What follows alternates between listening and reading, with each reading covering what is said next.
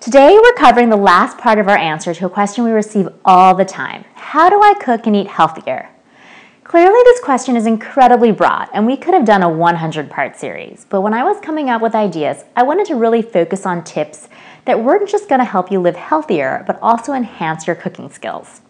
Health research is always changing, but building your cook smarts is something you get to keep forever.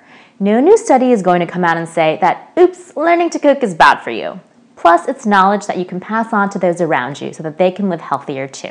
Now, in our last part, I decided you've had enough of me. To close out our health series, I asked a bunch of Cook Smarts friends in health, what is the one tip you would offer to folks looking to cook and eat healthier? And I got back a ton of great responses, and I've got 8 to share with you today. There's a lot of information, so let's just dive right in. The first 4 tips I'm going to share with you focus on forming new healthy habits. And our first habit comes from Ashley Neese, a holistic nutrition consultant in Los Angeles, who advises all her clients to stay hydrated. She wrote to me, when we're hydrated, it's easier to make smart food choices and stay healthy. Excessive hunger can be caused by dehydration, so before you reach for that packaged snack, drink a glass of room temperature water and wait for it to settle. A good rule of thumb is to drink half your body weight in ounces of water per day. I totally agree with Ashley on this one. So many drinks are filled with unnecessary sugars and can definitely add up in cost. Drinking more water is an easy and inexpensive habit to adopt. Just go out and buy yourself a good-sized water bottle, fill it up in the morning with your target water consumption for the day, and try to get through it. I'm sure it won't take long to notice the health benefits. The second healthy habit is one we could all do a better job of. Danica Buss, a future health coach and the creator of It's Progression, says, always eat breakfast. I love this one, and now that I'm working for myself, I've never missed a breakfast. So many of us get sucked into the hecticness of the day right when we wake up that we often skip breakfast. You don't have to eat a breakfast salad like I suggested before, but eating a high-fiber, low-sugar breakfast sets you up to have a much more successful day. You'll have more energy and be less tempted by unnecessary or bad snacking. Our third habit is possibly the hardest one, but has immense payoff and really sets you up for success and zen in the kitchen. It comes from Lindsay Livingston, a registered dietitian who is the healthy voice behind the blog, The Lean Green Bean. Lindsay's one tip is, learn how to prep foods on the weekend. Even spending just 1 hour on Sunday cooking some chicken, quinoa, and beans, hard-boiling some eggs, and chopping up veggies can help you stay on track to eat healthy during the week. As someone who runs a meal planning service, I'm a huge fan of this tip and know that our members who take the time to do just a little bit of prepping on the weekend have a much easier time during the week. If you have your veggies chopped or eggs boiled or chicken breast baked, it's much easier to throw a salad together after a long day of work versus opt for takeout.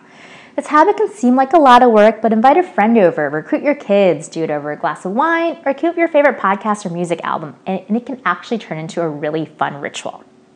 The fourth habit is actually a tip from me. All right, so you aren't completely done hearing from me. And it's something I've been trying for myself. And it's eat on smaller plates and eat more slowly.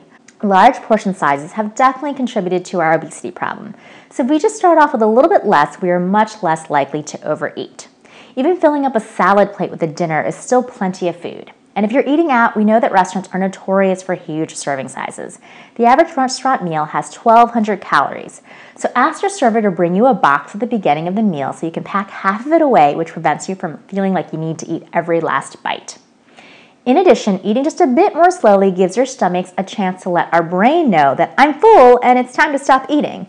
We've definitely all been in the situation of inhaling a plate of food and feeling ill afterwards because we just didn't give ourselves the opportunity to realize that we were already full.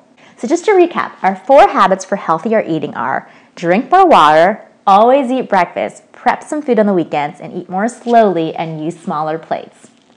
Our next 3 tips are less about habits, but what we should include in a healthy diet, and they're very similar in theme.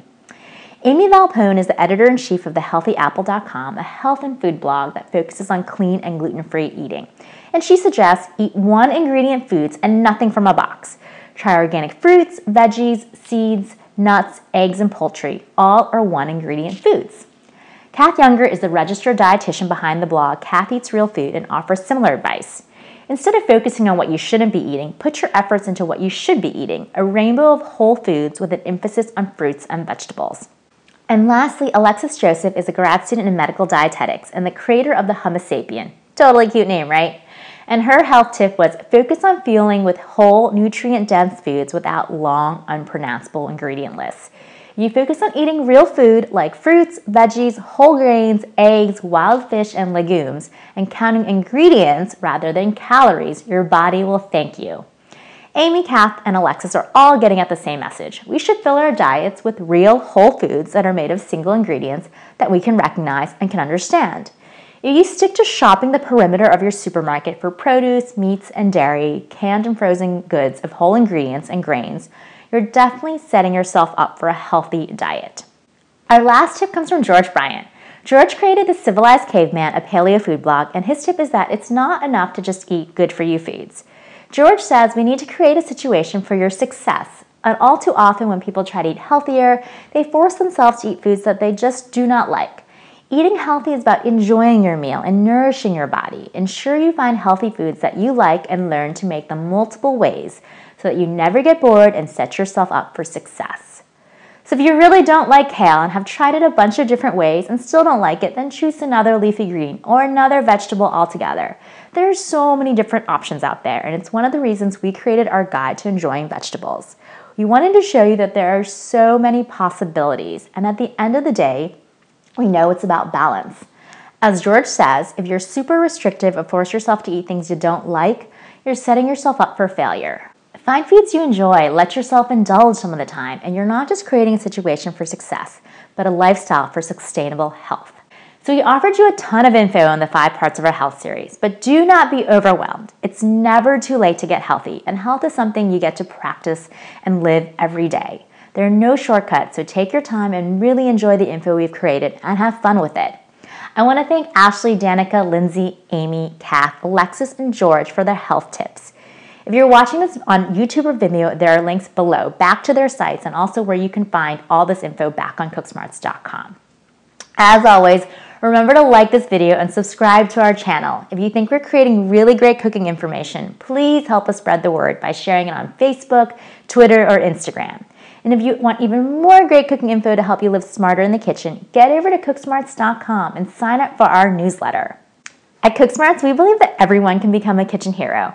We can't wait to help you get cooking because a healthier and happier life is waiting for you. I'll only take 30 minutes to prepare. I'm easy. And 1 hour later, you still have a pile of unprepped veggies, but find yourself standing in a disaster zone of a kitchen. To a specific set of steps, and we feel like we need to follow them to a T. Formulas, on the other hand, provide us with the framework and help us learn techniques so that we have the tools to make a variety of dishes.